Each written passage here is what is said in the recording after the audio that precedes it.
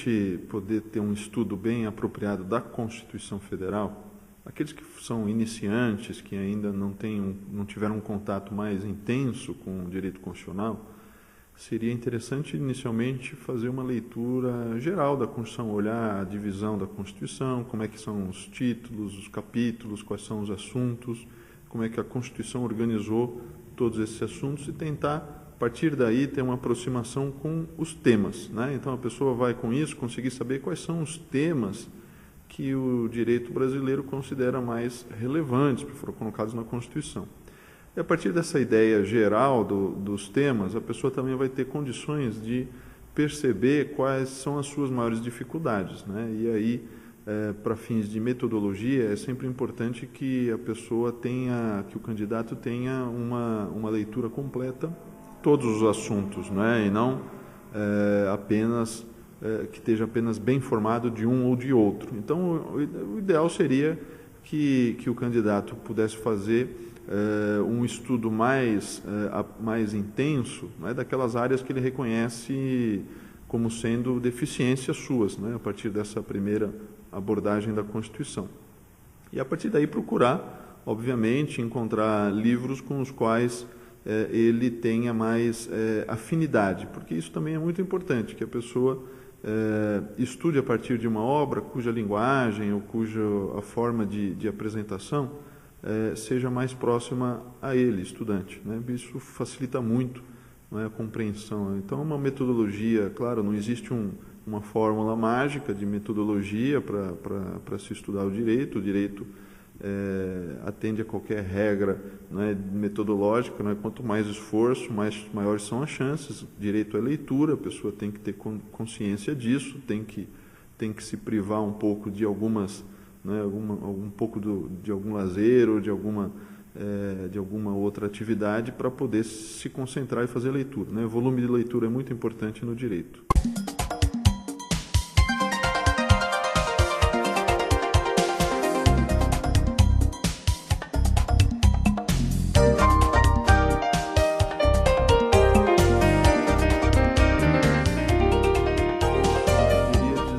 Sim, porque muitos concursos, infelizmente, aí é uma opinião minha, claro, infelizmente eles cobram esse tipo de memorização ipsis literis, né? Quer dizer, que a pessoa tem que saber literalmente o que consta do código, não é? O que consta de uma Constituição ou de uma lei. E aí isso tende a acontecer muito mais em questões objetivas, né, de múltipla escolha. Por quê? Porque até o próprio avaliador, muitas vezes, tem receio em colocar ali, numa questão de múltipla escolha, um tema que seja polêmico ou controvertido, em que haja várias correntes doutrinárias. Então, a tendência ali é cobrar muito mais memória, não é, do que raciocínio, embora seja possível, evidentemente, cobrar raciocínio a partir de uma questão de múltipla escolha. Mas a gente percebe que para determinados tipos de cargos, determinados tipos de prova, especificamente essas questões objetivas de múltipla escolha, acontece muita cobrança de memória, como você está falando, de decorar o texto exatamente como ele aparece, não é?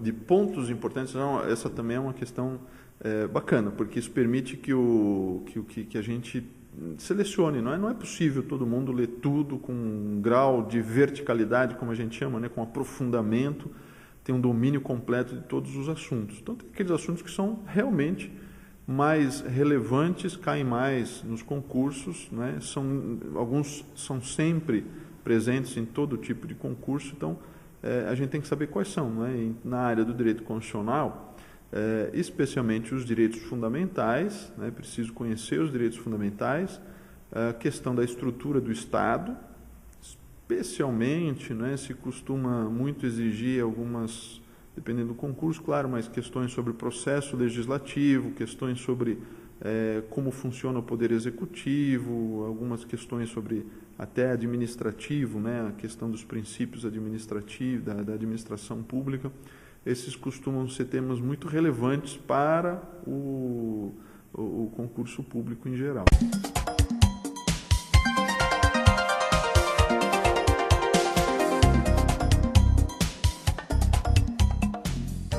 Aí, quem pode alterar a nossa Constituição? Formalmente, dentro do nosso modelo constitucional atual, não é, a Constituição ela pode ser alterada apenas pelo Congresso Nacional.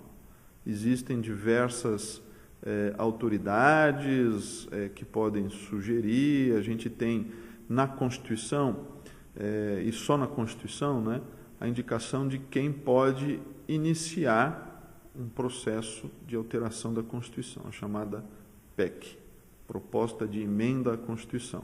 Então, essa PEC pode ser iniciada, não é, por 1/3 dos senadores ou por 1/3 dos deputados federais. Aí tem que colher a assinatura, não é, desse 1/3 numa folha para dar início à tramitação. Pode ser iniciada uma PEC também pelo presidente da República, mas aí essas autoridades, ou esse conjunto de autoridades, né, ou a maioria das assembleias legislativas, por votação por maioria nas suas assembleias, esse conjunto de autoridades, ele é um conjunto de autoridades que só vai iniciar o processo.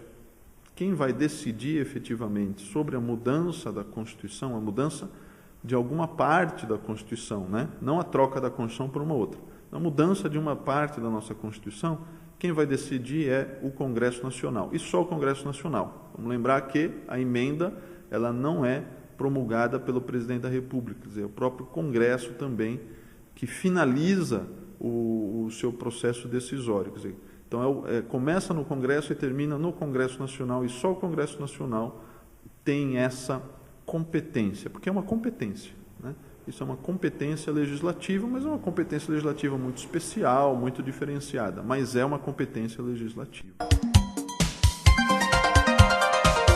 As famosas cláusulas pétreas. Essas cláusulas pétreas têm esse nome pela doutrina, né? Se vocês abrirem a Constituição, nenhum lugar a Constituição fala em cláusula pétrea, não tem essa expressão, ela não usa, não faz referência, não é? Isso não quer dizer que seja uma expressão inadequada, ela é até uma expressão adequada. Ela foi criada pela doutrina, Pontes de Miranda, o que utilizou essa expressão cláusula pétrea para indicar os dispositivos da Constituição que não podem ser modificados, né? Que não podem ser retirados da Constituição.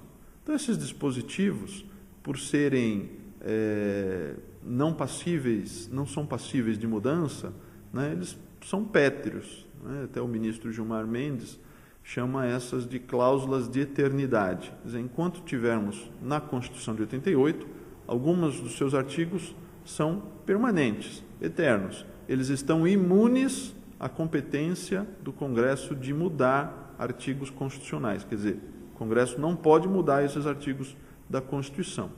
Eles estão indicados no artigo 60, parágrafo 4º, quer dizer, não é que o artigo 60, parágrafo 4º, seja a nossa cláusula pétrea. Ele também é uma cláusula pétrea, mas é ele que indica quais são as matérias que, se estiverem em algum artigo da Constituição, tornam aquele artigo pétreo. Então, o artigo 60, parágrafo 4º, diz que as matérias relacionadas à separação de poderes, à forma federativa de Estado, o voto direto, secreto, universal e periódico e os direitos individuais, que essas matérias são pétreas, né? Ou seja, elas não podem sofrer alteração. Então, sempre que nós estivermos lendo a Constituição e nos depararmos, por exemplo, com um artigo que trata da forma federativa de Estado, ou nos depararmos com um artigo que trata de direitos fundamentais, como todo o artigo 5º, então nós temos ali uma cláusula pétrea. A gente pode dizer, portanto, que, por exemplo, o artigo 5º é uma cláusula pétrea, né? O artigo 1º, que consagra os valores fundamentais, por exemplo, a dignidade da pessoa humana, né, que é um direito fundamental, também é uma cláusula pétrea, né? Com isso a gente percebe que há direitos fundamentais não só no artigo 5º, mas fora do artigo 5º, e que esses direitos, sempre que aparecerem, por força do artigo 60, parágrafo 4º, são direitos considerados pétreos, permanentes, portanto, não passíveis de qualquer tipo de redução ou eliminação por emenda constitucional. Se houver aprovação de uma emenda constitucional, isso também é importante. Imaginar que, apesar dessa rigidez toda, dessa proteção máxima, uma emenda constitucional altere um direito fundamental para reduzir. Né? Vamos imaginar que o Congresso aprove uma emenda eliminando a Previdência. Né? Agora ninguém mais tem direito a se aposentar, não há mais aposentadoria. Essa emenda que mexeu num direito fundamental, né? Essa emenda é inconstitucional. E essa emenda vai ter de ser declarada inconstitucional pelo Poder Judiciário, em última instância pelo Supremo, ou pelo Supremo diretamente, para que então a gente restabeleça a ordem, restabeleça a cláusula pétrea.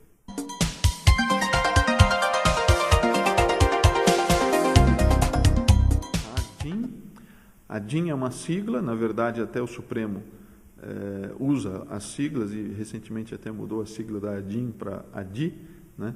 Essa ADI, ou ADI, como se diz, ela significa ação direta de inconstitucionalidade genérica, né? Ou seja, uma ação judicial propriamente dita, só que com algumas particularidades. Ela vai ser proposta diretamente no Supremo, ela não entra nas primeiras instâncias.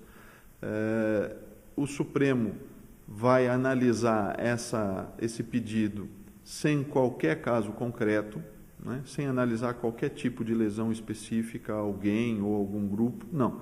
Ele vai analisar em abstrato, como nós dizemos, é uma ação genérica, por isso, ação direta de inconstitucionalidade genérica sobre uma lei, por exemplo, que seja inconstitucional. Então, o Supremo ele vai poder analisar essa inconstitucionalidade, independente de a lei ter causado algum mal a alguém, né? Mesmo que a lei nunca tenha sido aplicada.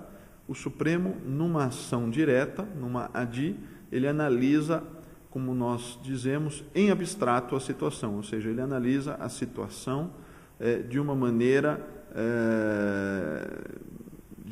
genérica, sem qualquer tipo de relação com a realidade. E para que ele faz isso? Né? Ele faz isso para eliminar do sistema tudo aquilo que foi inconstitucional. Foi aprovado pelo Congresso, ou foi aprovado por uma Assembleia Legislativa, ou é uma medida provisória do Presidente da República.